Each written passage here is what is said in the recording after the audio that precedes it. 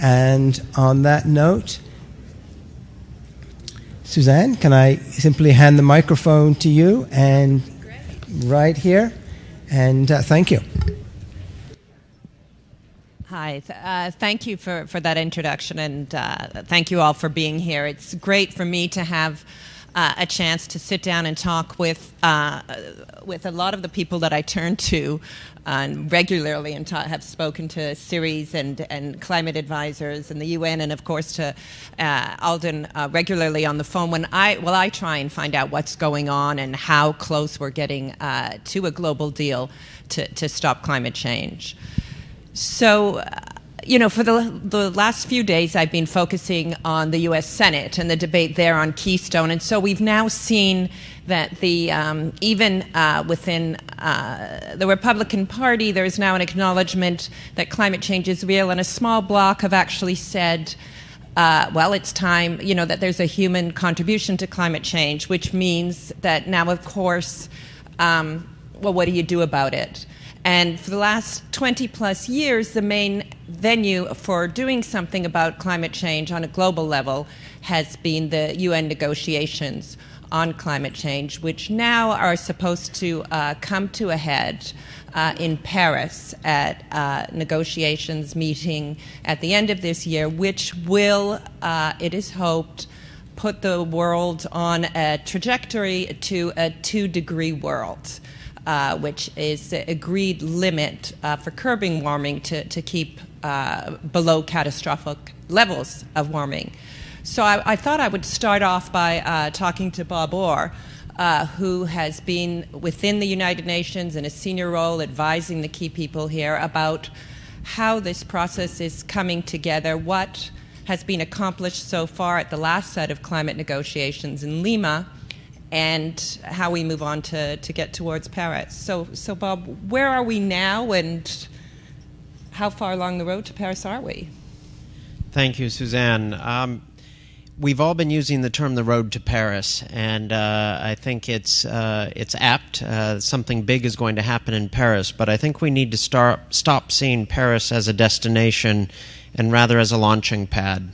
To an agreement that really sets the frame for a fundamental transition of our global economy. And in that regard, I think the scope of the challenge here is where we need to start the discussion. The Secretary General this past week at the World Economic Forum said, we are the first generation that can end poverty and the last generation that can avoid catastrophic climate change.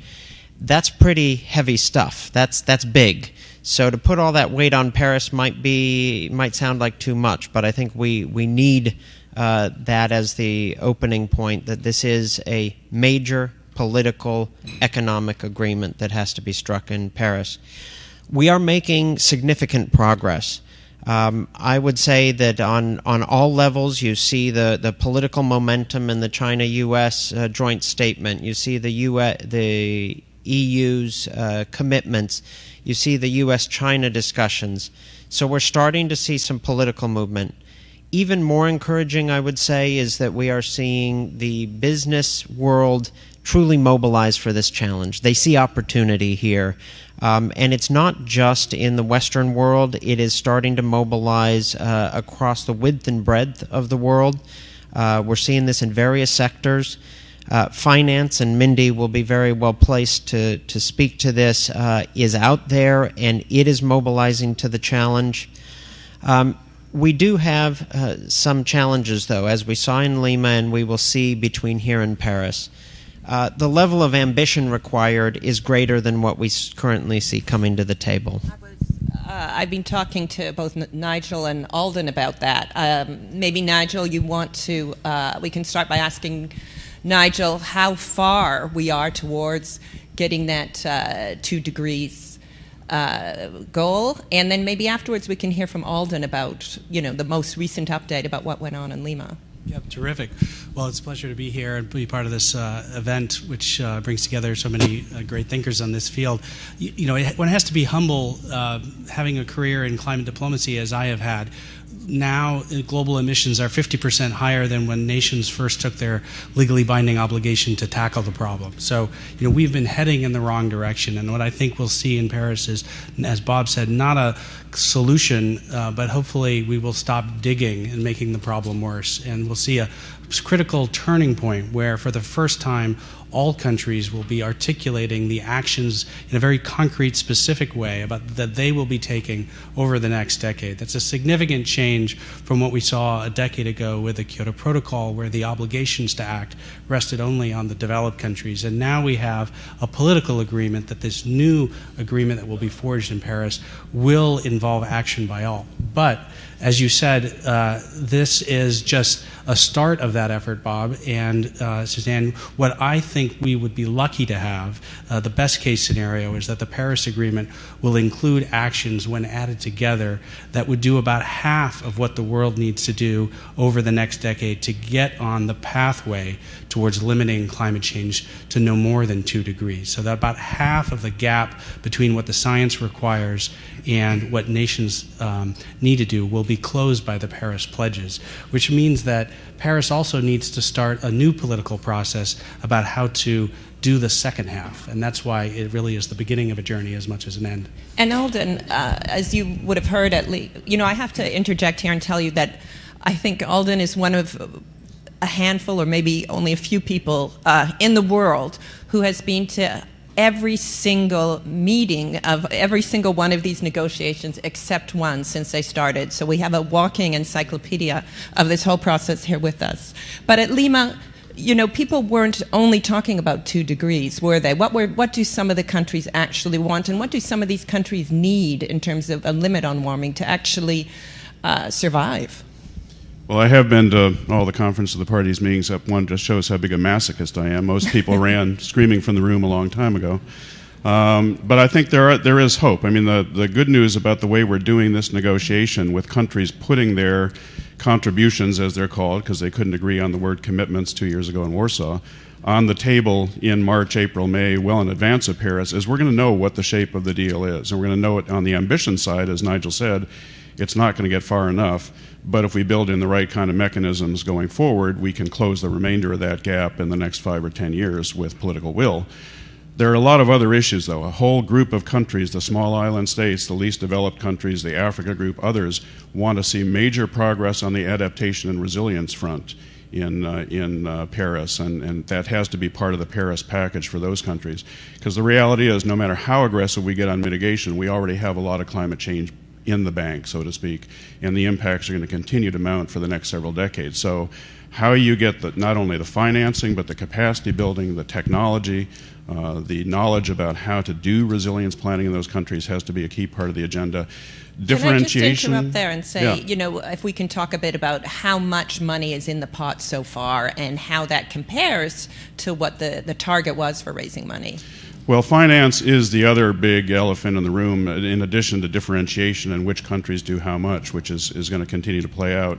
You remember 5 years ago in Copenhagen, President Obama and other developed country leaders committed to ramp up climate finance to $100 billion per year by 2020 through a mix of public and private sources. And we're making some progress there. The French have a lot of work to do, I think, to deliver a package which gives developing countries some assurance that the developed countries that made that pledge are on the road to doing it. But as Mindy and others can talk about, that's only a drop in the bucket in terms of the capital you need to shift globally, trillions of dollars to get the kind of clean energy transition and move towards decarbonization by mid-century. In terms of public money, the figure, of course, is about $10 billion was committed by the time of the Lima Agreement. But there's sort of universal agreement that most of the money is going to have to come from the private sector. So is that money beginning to funnel through, Mindy? I think there is room for optimism. Let me tell you what we're seeing so far. I mean, if in fact we're going to follow the International Energy Administration's numbers, which more or less say that if we are to stay at a 2-degree world, which everybody in this room knows is an absolute imperative, we need to be putting $1 trillion more per year than what is going in now, investing in clean energy and technology by 2030. So let's break that down. If it's $1 trillion a year by 2030, $500 billion by 2020, let's look at where we are now and do we have the ability to get there. And this is public, private money, but money invested in the energy future that will take us out of the Armageddon of what climate change, what coal and some of the fuels are bringing us to. 2014 was a good year. We didn't match 2011, which was the year of the highest investments in clean energy, broadly defined, but we landed at about $314 billion in clean energy investment. So if we're trying to get to $500 billion by 2020, I would argue that's completely doable. And the change has been substantial, not only in the United States, where we had about an 8 or 9% increase, China, where there was about a 25% increase, Europe, less this year, a 1 or 2% increase, but really around the world, we have seen more investments in clean energy, even without massive policy changes. And I don't want to ignore policy. That could help make faster our investments in clean energy. But green bonds alone, I mean, there is a huge fixed income or bonds market. Green bonds alone, we went from about $12 billion to $38 billion of investments in green bonds, bonds that will finance clean energy futures. We're seeing some of the world's largest companies, General Electric, make wind power one of their biggest product lines. We're seeing solar energy competitive, literally price competitive with traditional fuel sources. So while we've got big challenges, and I agree with every word that's been said, that there are rays of hope for optimism in getting to that $1 trillion a year in additional money by 2030. Suzanne, if I could just weigh in on this, I think Mindy's right to start with the $1 trillion challenge, which is the transformational the transformation we need to see in the economy. And you started with the Green Climate Fund pledges of $10 billion. There is a relationship, actually, between this little speck on the paper of the Green Climate Fund and the trillions. And one of the interesting phenomenon we're seeing is every single major financing institution is now signing up, registering with the Green Climate Fund because they see that as starter capital. And there's starting to have to be a conversation between financing institutions that have never talked to each other about how you actually leverage these huge amounts of more money from the modest amounts of public money. So the infrastructure is being built brick by brick right now, and the $10 billion committed over the last few months was hard to scratch out, but it is an important source of leverage to get the finance institutions that can then talk with the institutional investors and the people that Mindy mobilizes. So that connectivity between these levels of financing is starting to be put in place. That's not a small achievement, but we've just got to kick it along.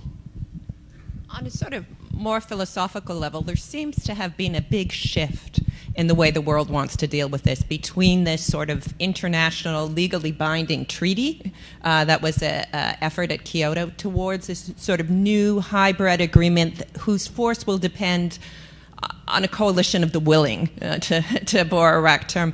Do you think that we've gone this route just by default because the first option couldn't work, or does it actually have real advantages? Maybe you want to chime in, Alden. Yeah, I mean, I think this is the sort of third wave experiment. We had the Rio Treaty, which was inclusive but purely voluntary, and the first President Bush, of course, had the famous saying, the American way of life is not negotiable, and that was the attitude of the U.S. back then. And then we had Kyoto in reaction to the fact that developed countries weren't making the progress they said they were going to do under the Rio Treaty. And of course, that was binding and mandatory, but it wasn't inclusive. And of course, when the U.S. was not part of it, that really took the air out of the tires. And then you saw Japan, Russia, others pulling back. So this is a new experiment. It's going to be inclusive. Everyone's expected to put their offers on the table, but it's going to be bottom up. It's going to be determined by what each country thinks it can do and what is fair. The challenge is, what are the incentives for countries to come forward with ambitious offers? And I think for the developing countries who can do some things with their own resources indigenously, but could do a lot more if they had the kind of finance and technology support that Bob and Mindy were talking about, the challenge is, do they believe that that support will be there in this post-2020 period to carry out a higher ambition mitigation action? Just to add a quick point on Suzanne's question, is it bottom down or top up, or top down or bottom up? Is it international? The reality is that this was a policy debate with policy leaders for many decades. Several good things, I think, have changed, which can only help us get to success, whether it's an experiment or a different model. The dialogue and questions have been opened in a much broader way. When the Secretary General hosted one of the largest climate gatherings ever this past September in New York, it was not just about policy leaders. One, it was about finance leaders. And two, it was bringing outside financial and corporate leaders into the debate, into the question, putting responsibility in their lap, and seeing them step up and saying they've got a role too. I mean, one of the most powerful things, other than 400,000 people on the street in New York calling for action in climate in September, was the fact that 360 investors called for a price on carbon, called for acting in Paris, agreed to put more money into the debate. Some of the world's largest companies, the CEO of Apple and many others, stood with us and said they've got a role and a responsibility in action, and they're calling on their leaders as corporate leaders to work with them to move capital. And we're seeing that happen in corporations every day. IKEA committing to 100% renewable energy by 2020. So the private sector is getting involved in the public debate in a way that we haven't, at the request of the Secretary General, and it's making a difference. And the other changes that we're seeing at city levels, at state levels, at federal levels, is helping drive that international debate. But we can't discount the importance of change in cities around the world, which is happening and which will aid the international dialogue.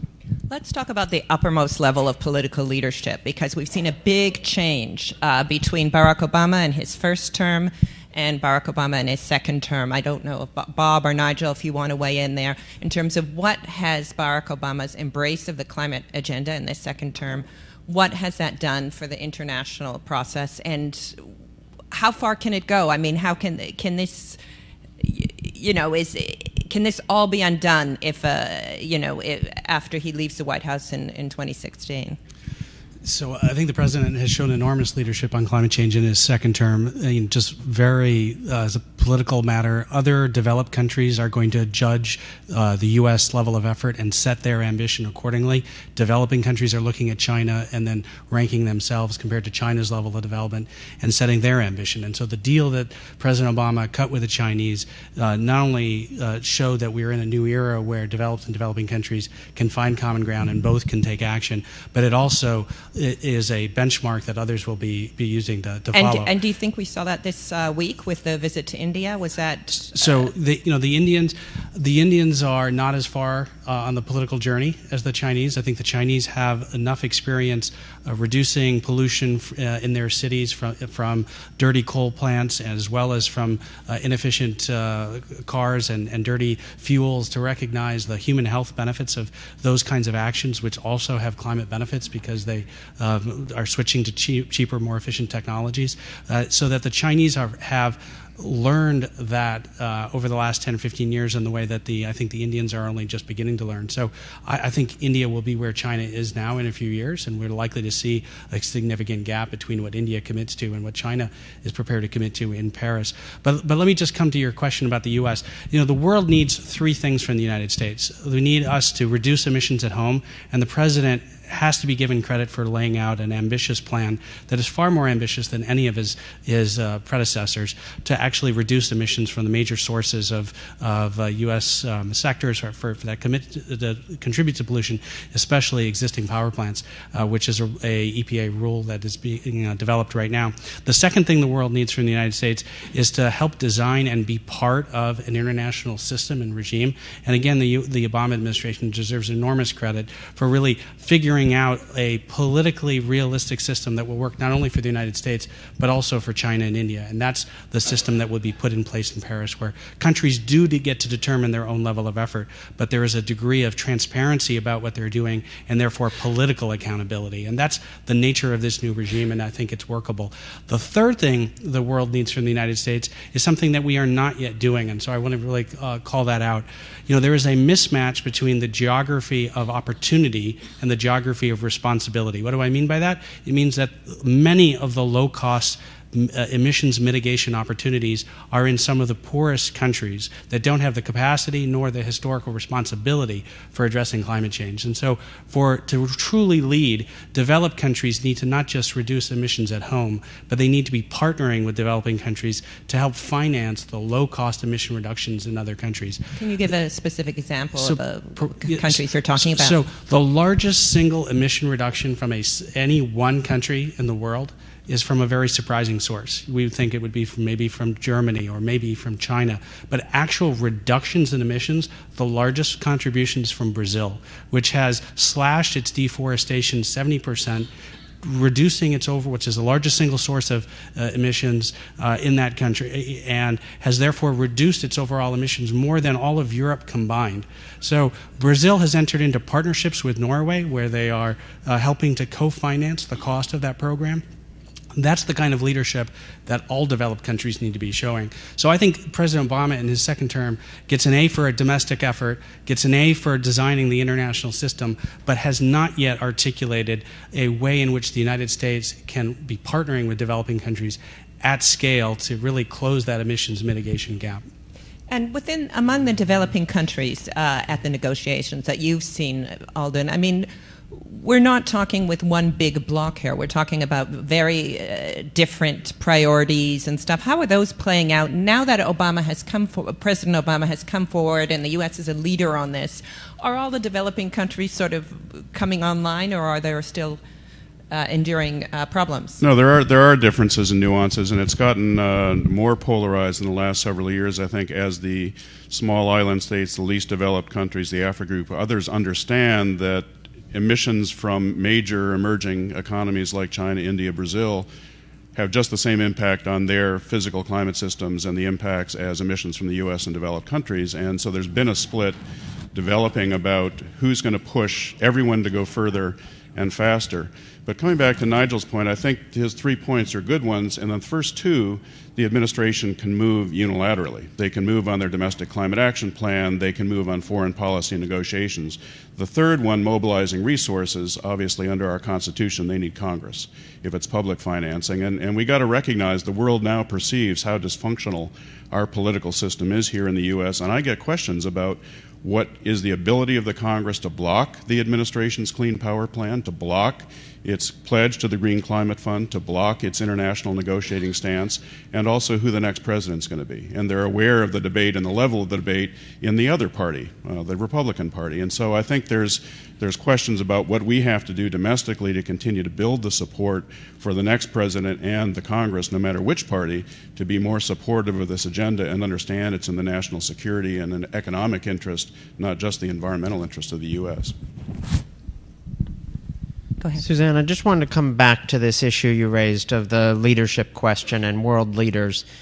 People forget now that this has never been a subject that has been handled by world leaders. Copenhagen was the first time that a group, an N larger than maybe 10 world leaders, had ever come together to talk about climate change amongst themselves. And Copenhagen, of course, had many problems in terms of grafting a political level discussion on top of a technical negotiation. We've learned from that, so have leaders. In September, what Mindy referred to that happened in New York is significantly new, in that we had over 100 world leaders not only in the same place talking with each other, they were also talking with the top finance people, the top businesses, and with 400,000 people in the streets in New York and in 15 other capitals. The politics of this are shifting, and this is what we heard from leader after leader. I didn't realize I had a constituency that felt so strongly about this. I didn't realize I had business leaders that can help me get to whatever targets that I need to put. So for the first time, we're having a top-level discussion that can get us to transformation. Environment ministers have never been able to get this to a political level decision. This time, setting up for Paris, we have that for the first time. Do you think it would be helpful, therefore, to have another such meeting at Paris? Because, all the leaders were at Copenhagen, and that was a disaster. Would it make sense to bring them all together again at Paris? It's very interesting. The conventional wisdom is Copenhagen was a disaster. In terms of what it looked like, it absolutely was. But having those leaders there was the source of the Copenhagen Accord, which, by the way, is the prototype for the kind of agreement that's coming in Paris. So it did achieve something. But when I say we've learned from what happened in Copenhagen, you don't just drop leaders. You don't parachute leaders on top of a technical negotiation. So engaging leaders in September this year was a conscious strategy to do it before Paris, not in Paris. I do believe that as you see the deal shaping up, a lot of leaders will want to go to Paris. I don't think we should at any point here declare that Paris is a summit-level meeting. We need to keep the burden on negotiators right now, get the deal, and then let leaders go to Paris to celebrate it together. We've talked about business leaders, we've talked about political leaders. There's one important leader who has come out quite forcefully on climate change, and and that's the Pope, who's going to issue a papal encyclical later this year. How important is that kind of leadership, do you think? The issue of climate change, to answer your question, has grossly become in United States terms, but not altogether different, a blue state, red state, liberal, conservative, Democratic, Republican issue. Now, for anybody who's sitting in this room, we know that this question, the issue of climate change, is about the future of our planet. And so changing the message from somehow building a future that every one of our children can live in and can have the prosperity that we have had and the resources that we have had and the resources around the world has got to be taken out of the debate of liberal, Democrat, red state, blue state, progressive, conservative. It is about the future of our children. And frankly, Republicans and Democrats alike would all throw themselves in front of a bus, or 99% of them, if a bus was coming at their child or their grandchildren. Climate change is that bus. And so changing this debate is crucial. Rather than it being only environmentalists or scientists, all of the people who we are, it has to be a broader debate. We've spent a lot of time trying to get businesses and financial leaders into the debate, but religious leaders are a crucial part of changing that message. This is also not only an environmental, national security, public health, and economic issue. This is the moral issue of our time. Perhaps not only the only one, but this is a moral issue of our time. Are we building a future where our kids can have a life that is smooth and able to get the resources that they need? Who better to change that debate, change the message, than the messenger of the Pope? So beyond how many bishops he could reach and whether the 1.4 billion Catholics who are listening to him will change tomorrow. They haven't all changed on contraception, premarital sex. It's not like he's got a magic wand any different than anybody else. Everybody doesn't march in lockstep. But he is a crucial influencer, and having people like the Pope speak out, I think, is a crucial piece of changing that debate, and that's something we've got to do as we move forward. The Pope and the Secretary General met last year, and they spoke about two subjects: climate change and ending poverty. The secular leader and the religious leader agreed 100% on the diagnosis and what needs to happen, but they agreed even more fundamentally on how to do it. And it is very interesting that in 2015 we not only have the climate deal in Paris in December, before that we have the Sustainable Development Goal Agreement in September in New York. These are building blocks, they're well staged, they're in the right order, and it's the politics of and the economics of a climate deal we'll actually start to see the shape of in September in New York when we see a Sustainable Development Goal deal. Alden. Just one other point on that. I think the Pope is very important, as Mindy said, but he is part of a pattern of leaders speaking out around the world on this issue that is changing the narrative.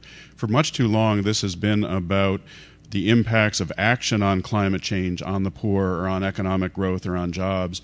And I think we've really seen the shift that climate change itself is the ultimate threat to lifting people out of poverty, to the development objectives that we're going to be talking about in September in New York. And that shift is important. It hasn't happened everywhere yet. There's some leaders that still don't get it, but listening to those speeches in September in New York, more and more leaders are starting to put the dots together and understand that really action on climate change is the way to help address poverty and development, not a threat to it. So starting with you, Alden, but I'd like to ask everybody in turn, if you look at where we are now and what has been achieved in the run-up to Paris, how hopeful are you now of something meaningful coming out of that meeting compared to you were 5 years ago? Well, I think in the wake of the U.S.-China agreement, the Green Climate Fund capitalization, other positive trends in the last few months, I'm optimistic that we will get an agreement in Paris. The question is, what will be the contents of it? How ambitious will it be? Will it really lift up a process that keeps us moving forward urgently to close that gap that Nigel talked about? But we have to understand that no international agreement is going to change the politics in Beijing or Delhi or Washington or Brussels overnight. It's really at that level that political will is determined, and at the subnational level. The international is kind of a reflection, a Rorschach test of how far we've gotten as a planet in recognizing this problem and coming together. I'm optimistic that I think it'll create the right framework, but the political work has to be done here at home in the U.S., in China, in India, in Europe, if we're going to get the ambition we need and the global cooperation we need over the next decade. Well, that was well said, and I agree with that completely. I would say that it's really important to keep an eye on the ball, and the ball here is ambition. It's how hard are countries working, what are the policies they're willing to put in place, what's the partnership they're creating with business to get the job done. So much of the diplomatic infighting and so much of the media coverage over this next year will be about things that matter, but that matter fundamentally less. Is the agreement legally binding? What's the nature of the transparency system? How do we figure out whether countries are really doing what they're saying they're doing? That's important, and we need to work on all of those things, and there'll be a lot of hours spent by negotiators working out the fine details. But even before we get to Paris, we will know, as I think others have said, how ambitious countries are proposing to be. And for the scientists in the community, for the advocates in the community here in this room, I would say we need to focus on that ambition. We need to have strong messaging about the need for countries who haven't yet come forward with their contributions to the Paris Agreement, but will be doing so over the next months. Very strong messages to make those targets and timetables just as strong as they can be. And as we think about how the diplomacy should be structured after Paris, it needs to be focused on closing that ambition gap rather than on the technical nature of the agreement.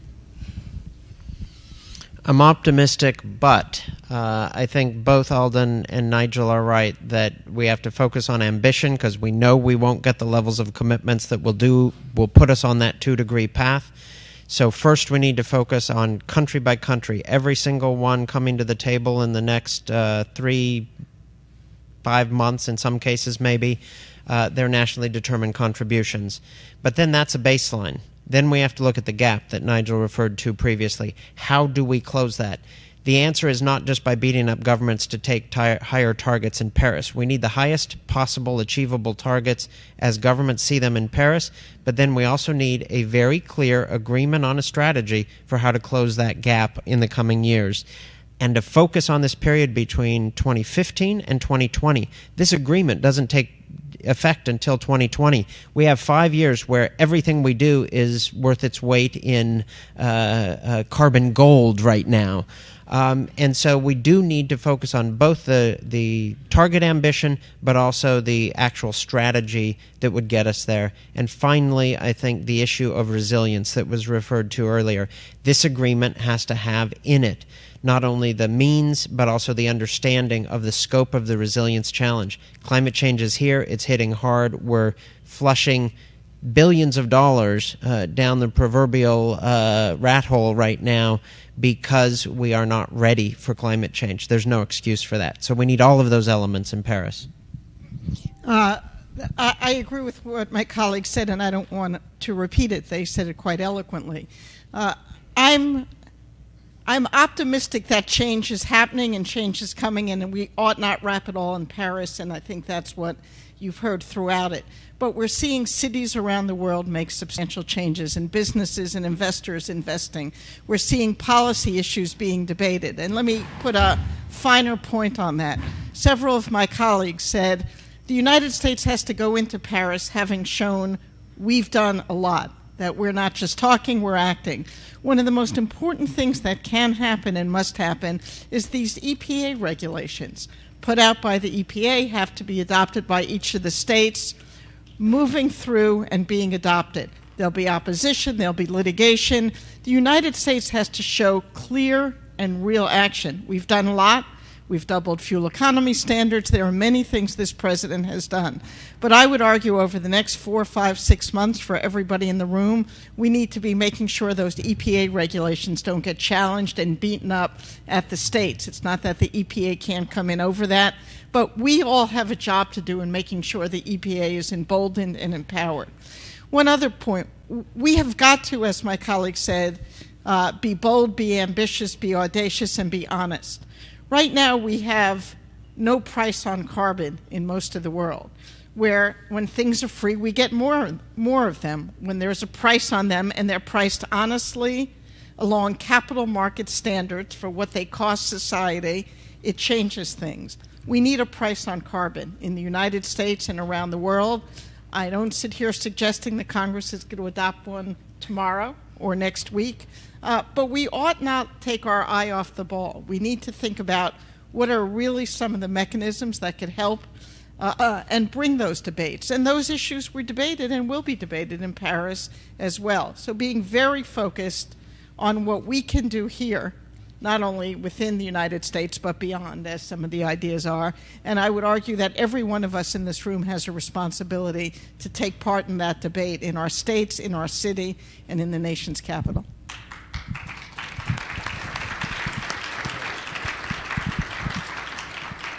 One thing I wanted to ask you about, and it was sort of inspired by a question here, though not directly, was that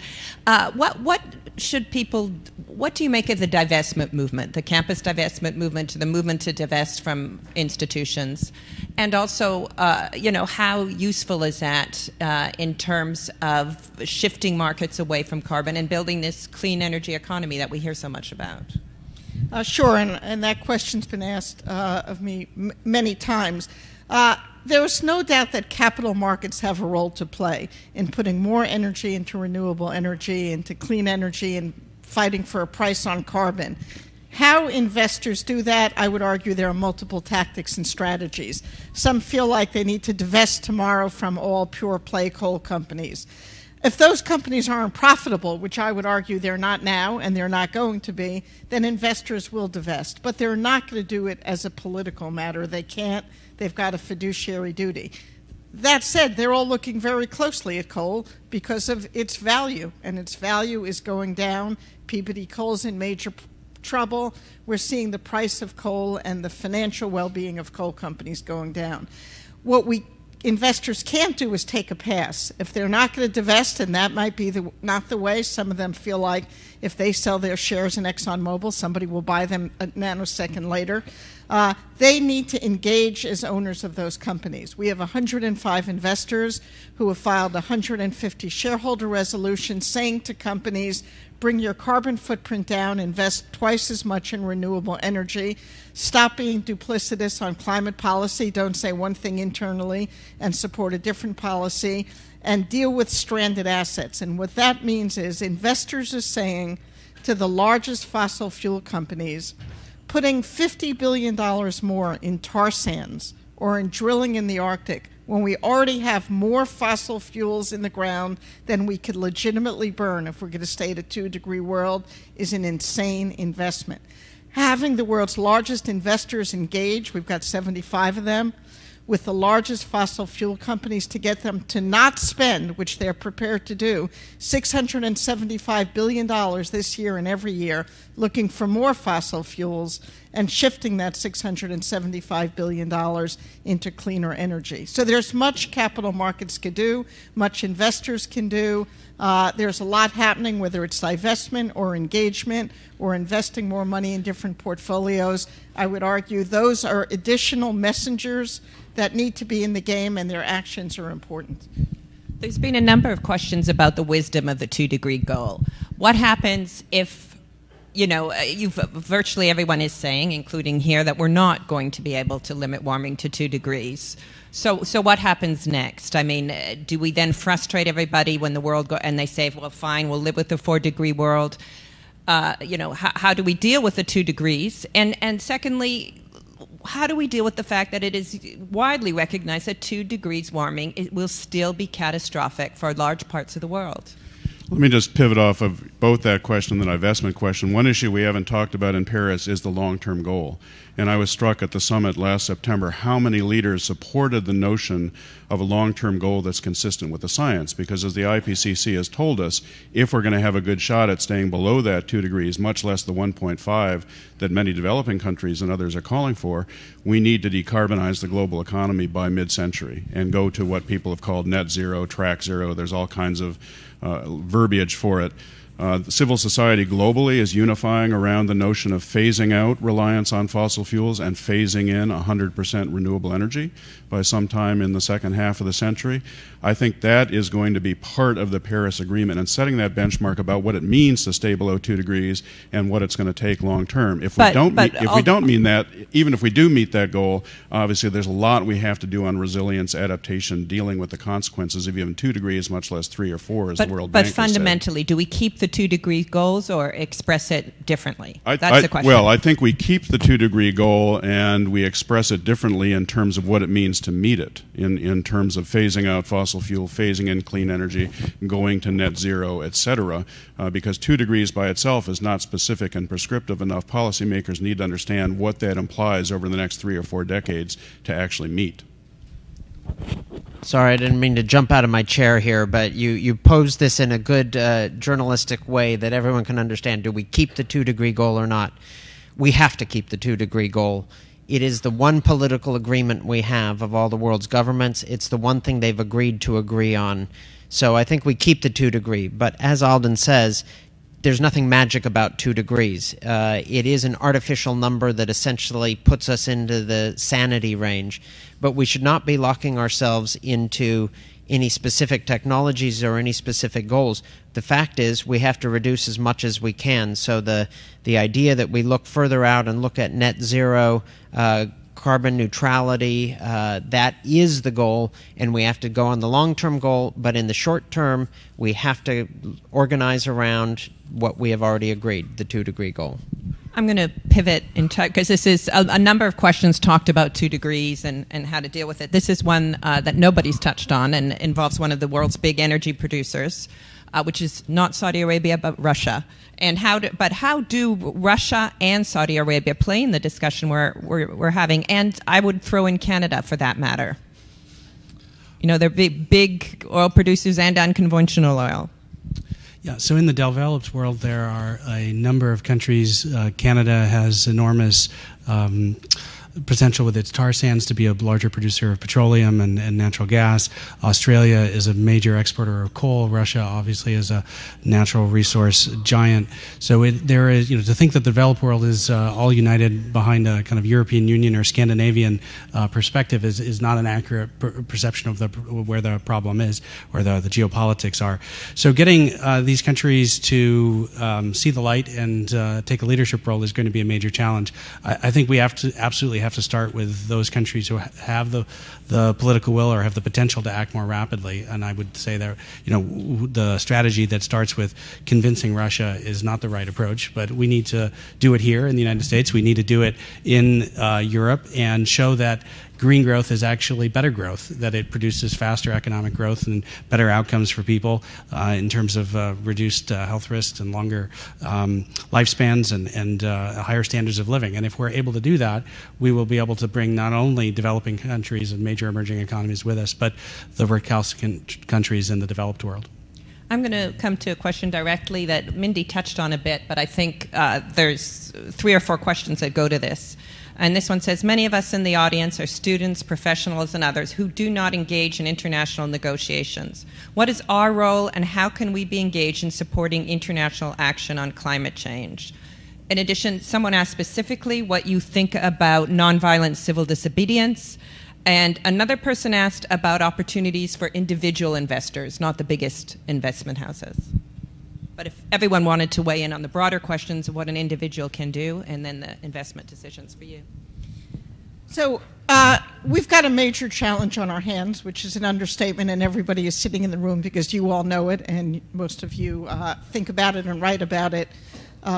We've got a major challenge. When major issues are on the table, I think there is no one set of tactics and strategies. So is civil disobedience make sense? Absolutely, and people shouldn't have to go to that, but whether it's litigation or advocacy or investments or Congress acting, people voicing their opinion is a good thing.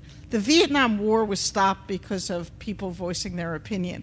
I would argue 400 people in the streets, it wasn't civil disobedience, it was a terrific show of individual support for acting on climate, and that was only 400,000 people at Central Park in downtown Manhattan.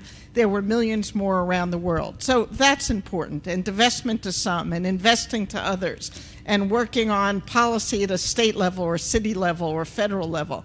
I think there are unlimited things to do, and I think we ought to be doing most of them and be doing them smartly. We need to realize this is the fight of our lifetime, and one strategy isn't going to be the ultimate answer. We need multiple strategies. People should be safe, they should be smart, but we need to make sure that we are looking at this in a comprehensive way.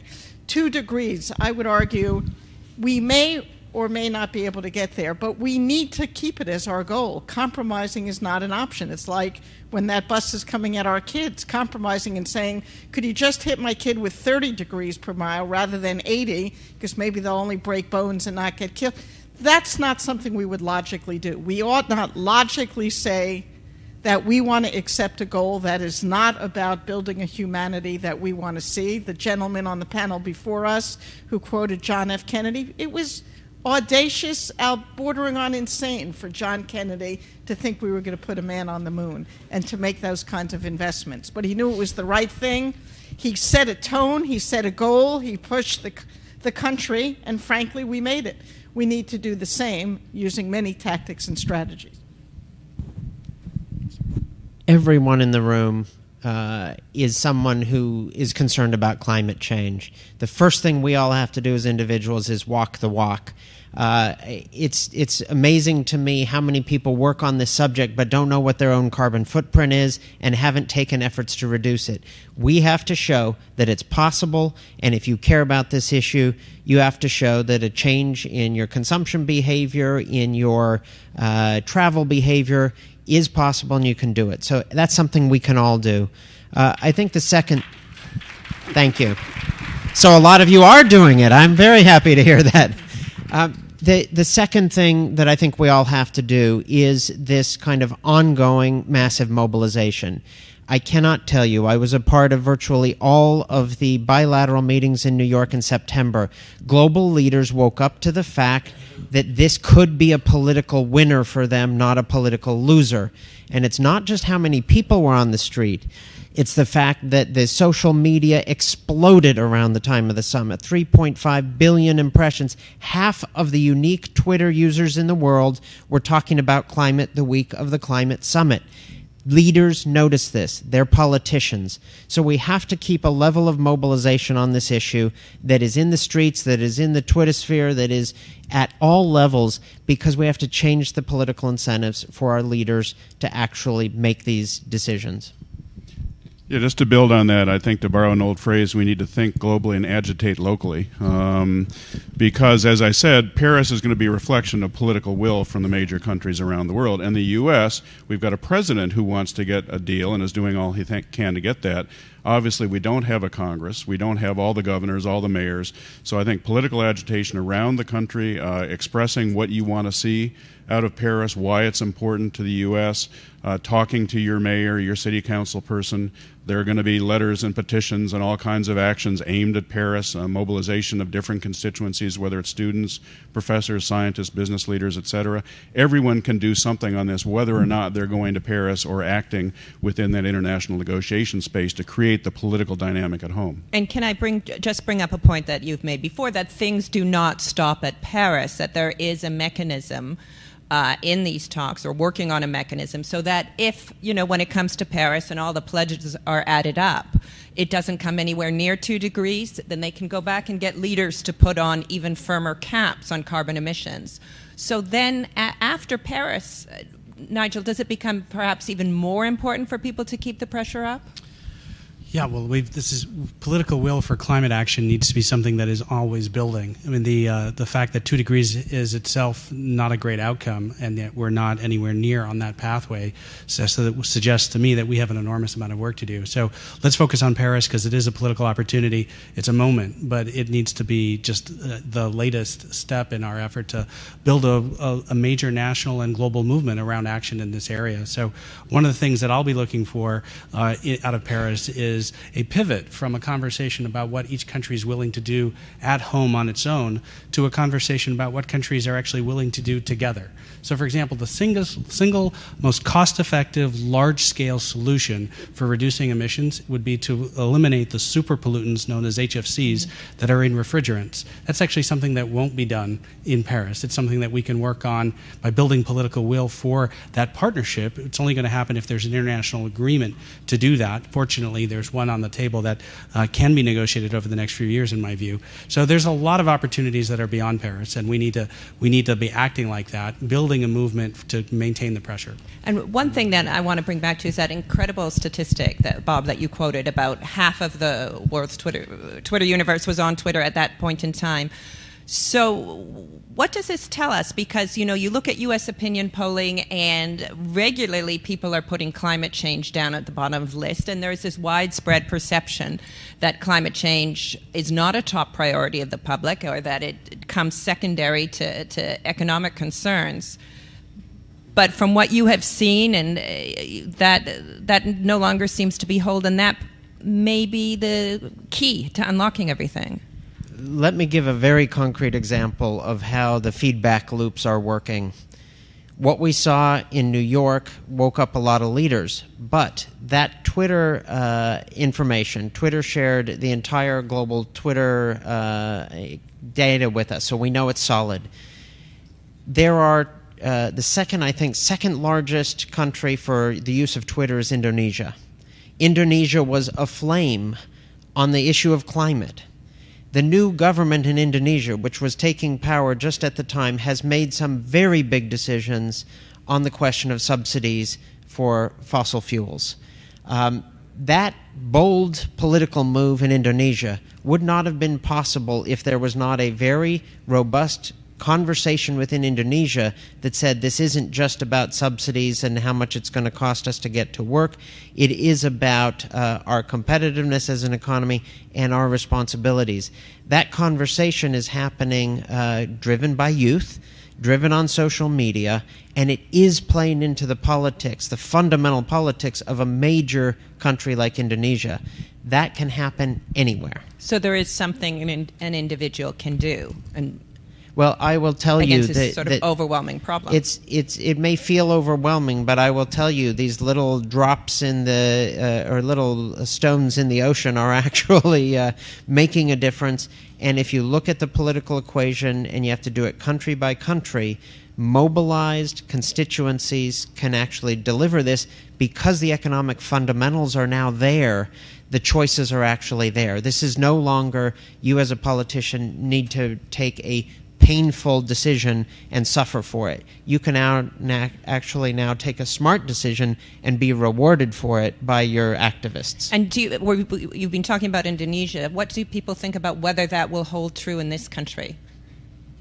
You know, there's a presidential election in 2016. Do you think that same dynamic is underway here? Well, no question we have a complicated political dynamic, but what we are seeing is a growing electorate unlike we've ever seen before in terms of their concern. And yes, climate has fallen below economic issues. People do have to worry about, do they have jobs not related to climate? Is the education for their kids appropriate? But because climate is becoming more real, whether it's Hurricane Sandy's or other changes, it is becoming more real to individuals in the United States, and we're seeing more action. That doesn't mean it's going to be easy. In the news over the last couple of days, we saw that the well-renowned Koch brothers are looking at putting $800 to $900 million, basically $1 billion, into elections for 2016. There's a great challenge to us. As individuals, we need to do a lot of things. We need to do what Bob said, whether it's what we drive or how we act at home.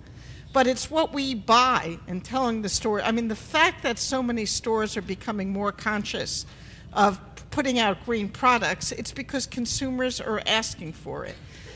We need to weigh in on the EPA regulations at the state level. We need the citizenry to stand up and say, this election and this issue can't be bought, but rather is one about our future. And I see that momentum growing.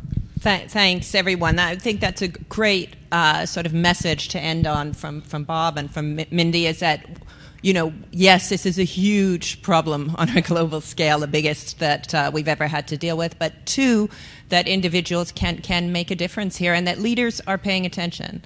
So thanks to Mindy, Bob, Nigel, and Alden, and thanks to all of you.